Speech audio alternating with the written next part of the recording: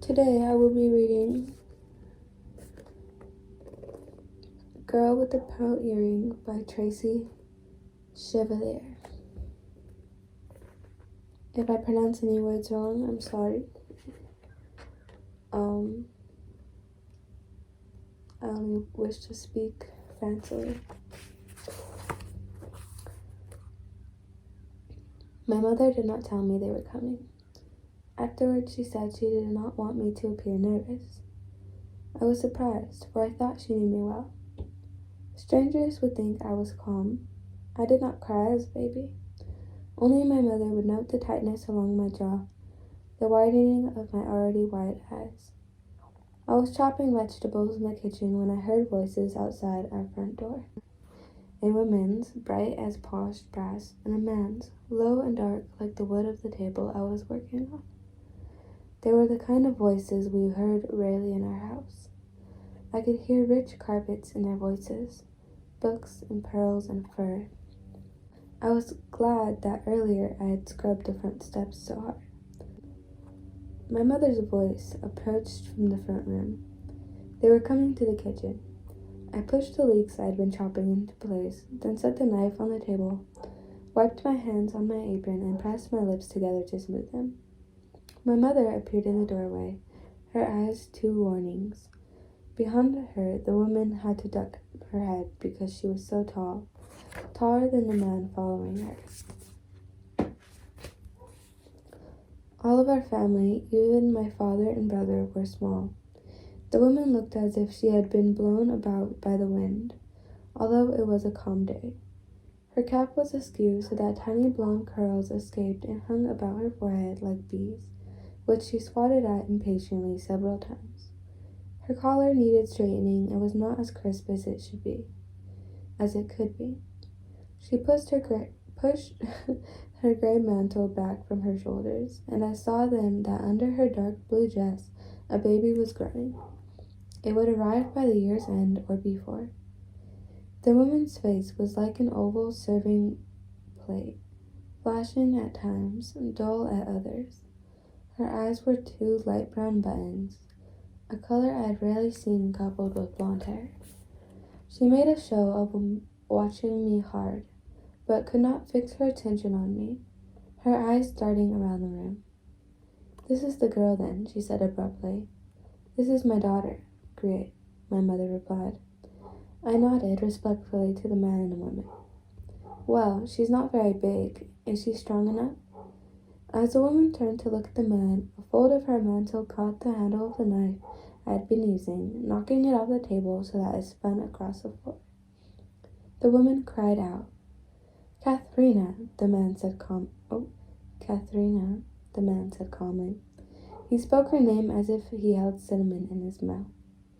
The woman stopped, making an effort to quiet herself.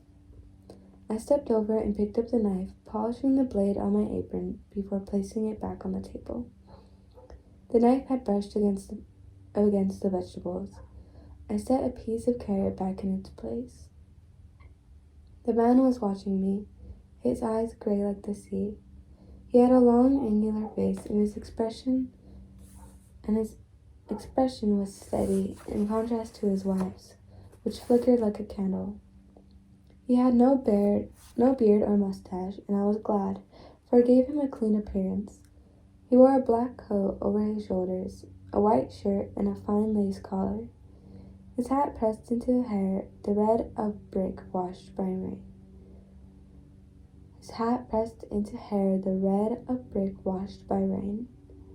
"What have you been doing here, Grit?" he asked. I was surprised by the question, but knew enough to hide it. "Chopping vegetables, sir, for the soup." I always laid the vegetables out in a circle, each with its own section, like a slice of pie. There were 5 slices: red cabbage, onions, leeks, carrots, and turnips. I had used a knife edge to shape each slice and placed a carrot disc in the center. The man tapped his finger on the table. "Are they laid out in the order in which they will go into the soup?" he suggested, studying the circle. "No, sir," I hesitated.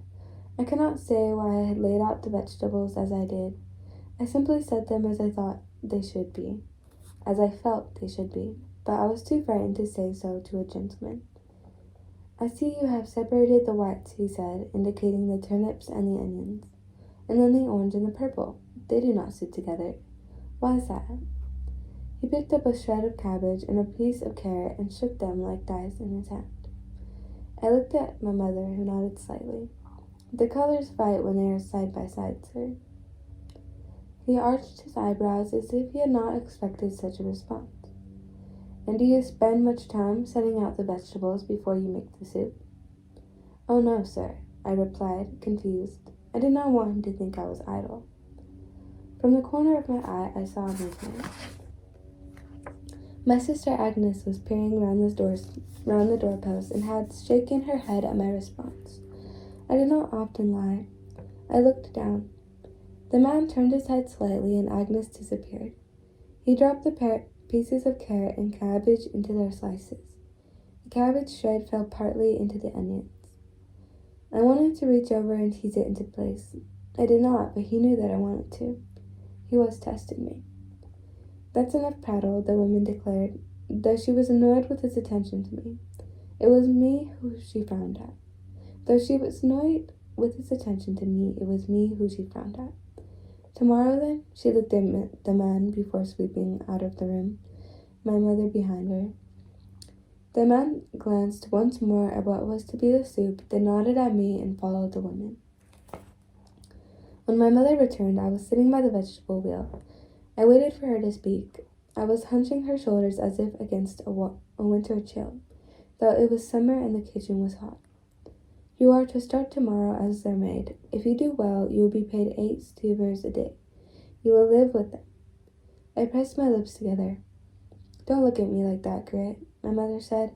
We have to. Now your father has lost his trade. Where do they live? On the Oud Langendicht, where it intersects with the Molenpoort. Papa's Corner? They're Catholic? You can come home Sundays. They agreed to that. My mother cupped her hands around the turnips, scooped them up along with some of the cabbage and onions, and dropped them into the pot of water waiting on the fire.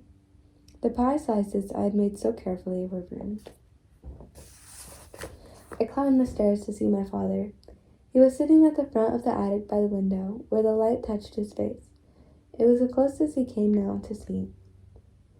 Father had been a tile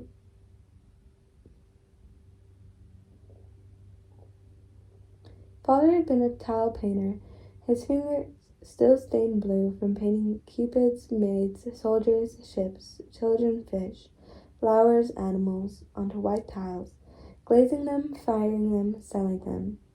One day the kiln exploded, taking his eyes and his trade. He was the lucky one. 2 other men died. I sat next to him and held his hand. I heard, he said before I could speak. I heard everything. His hearing had taken the strength from his missing eyes. I could not think of anything to say that would not sound reproachful. I'm sorry, Grit. I would like to have done better for you. The place where his eyes had been, where the doctor had sewn shut the skin, looked sorrowful. But he's a good gentleman, and fair. He will treat you well. He said nothing about the woman. How can you be sure of this, Father? Do you know him? Don't you know who he is? No. Do you remember the painting we saw in the town hall a few years ago, which Van Rougeman was displaying after he bought it? It was a view of Delft, from the Rotterdam and Schiedam gates, with a sky that took up so much of the painting and the sunlight on some of the buildings. And the paint had sand in it to make the brickwork and the roofs look rough, I added. And there were long shadows in the water and tiny people on the shore near us.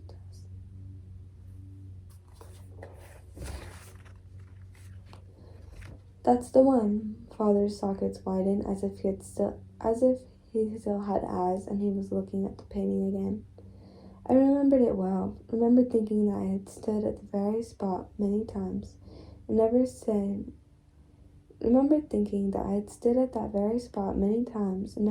Delft the way I'd never seen Delft the way the painter had.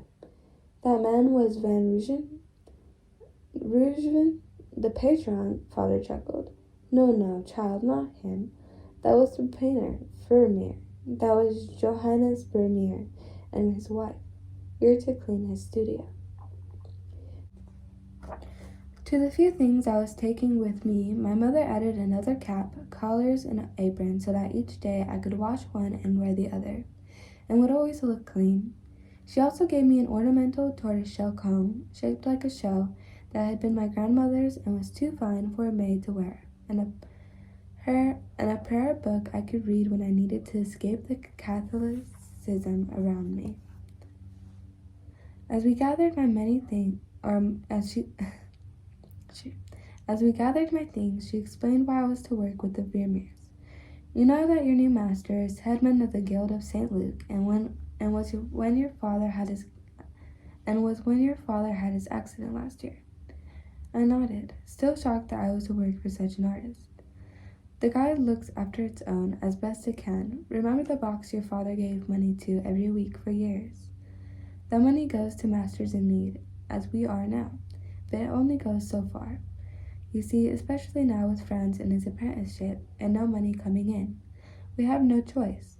We won't take public charity, not if we can manage without. Then your father heard that your new master was looking for a maid who could clean his studio without moving anything, and he put forward your name, thinking that as headman and knowing your circumstances, Vermeer would be likely to try to help. I shifted through what she had said. How do you clean a room without moving anything? Of course you must move things, but you must find a way to put them back exactly so it looks as if nothing has been disturbed, and as you do for your father now that he cannot see. After my father's accident, we had learned to place things where he had always known to find them. It was one thing to do this for a blind man, though, quite another for a man with a painter's eye. Agnes said nothing to me after the visit. When I got into bed next to her that night, she remained silent, though she did not turn her back to me. She lay gazing at the ceiling. Once I had blown out the candle, it was so dark I could see nothing. I turned towards her. You know, I don't want to leave. I have to. Silence. We need the money. We have nothing now that father can't work. 8 stuvers a day isn't such a lot of money. Agnes had a hoarse voice, as if her throat were covered with cobwebs. It will keep the family in bread, and a bit of cheese. That's not so little. I'll be all alone. You're leaving me all alone. First Franz, then you. Of all of us, Agnes had been the most upset when Franz had left the previous year. He and she had always fought like cats, but she sulked for days once he was gone. At 10, she was the youngest of us 3 children, and had never been before known a time when Franz and I were not there. Father and mother will still be here, and I will visit on Sundays. Besides, it was no surprise when Franz went. We had known for years that our brother would start his apprenticeship when he turned 13. Our father had saved hard to pay the apprentice fee and talked endlessly of how Franz would learn another aspect of the trade, then come back and they would set up a tile factory together. Now our father sat by the window and never spoke of the future. After the accident, Franz had come home for 2 days. He had not visited since. The last time I saw him, I had gone to the factory across town where he was apprenticed. He looked exhausted and had burns up and down his arms from pulling tiles from the kiln. He told me he worked from dawn until so late that at times he was too tired to even eat. Father never told me it would be this bad, he muttered resentfully. He always said his apprenticeship was the making of him. Perhaps it was, I replied. It made him what he is now. When I was ready to leave the next morning, my father shuffled out to the front step, feeling his way along the wall. I hugged my mother and Agnes. Sunday will come in no time, my mother said. My father handed me something wrapped in a handkerchief. To remind you of home, he said, of us. It was my favorite tile of his. Most of his tiles we had at home were faulty in some way, chipped or cut crookedly, or the picture was blurred because the kiln had been too hot. This one, though, my father kept specially for us. It was a simple picture of two figures, a boy and a girl. They were not playing as children usually did in Charles. They were simply walking along and were like friends to me whenever we walked together. Clearly, our father had thought of us when he had painted it.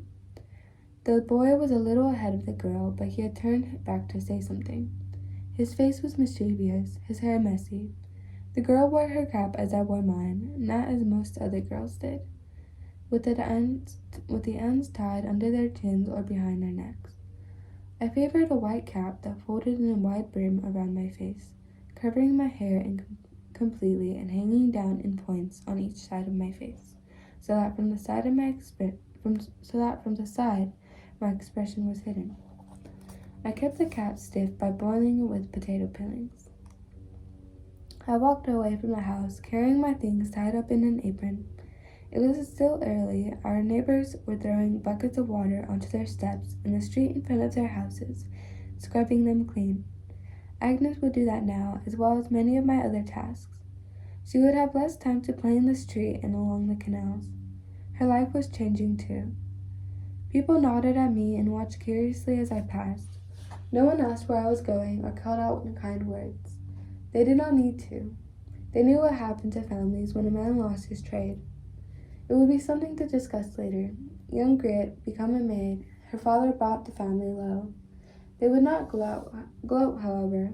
The same thing could easily happen to them. I had walked along that street all my life,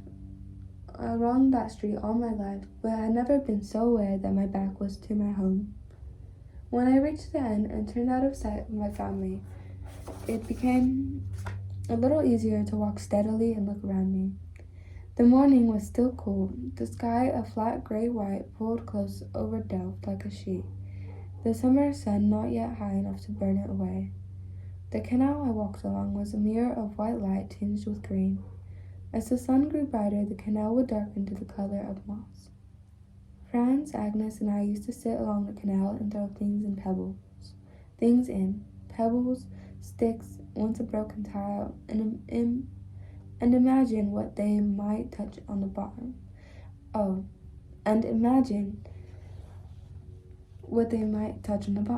Not fish, but creatures from our imagination, with many eyes, scales, hands, and fins. Franz thought up the most interesting monsters. Agnes was the most afraid. I always stopped the game, too inclined to see things as they were, to be able to think of things as they were not. There were a few boats on the canal moving towards the market square. It was not market day, however. The canal was so full you couldn't see the water. One boat was carrying river fish for the stalls at Geronimus Bridge. Another sat low on the water, loading bricks. The man pulling the boat called out a greeting to me. I merely nodded and lowered my head so that the edge of my cap hid my face. I crossed the bridge over the canal and turned into the open space of Market Square. Even then busy with people crisscrossing it on their way to some task, buying meat at the meat hall or bread at the baker's, taking wood to be weighed at the weight house. Children ran errands for their parents, apprentices for their masters, maids for their households.